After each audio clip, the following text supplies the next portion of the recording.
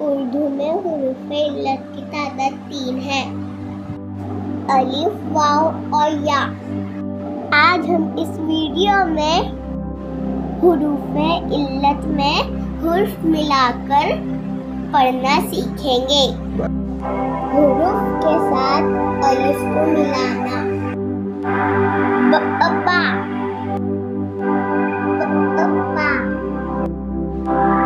दअता, दअट्टा,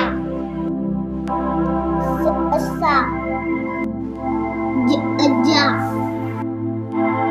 चअचा, हअहा, खअखा,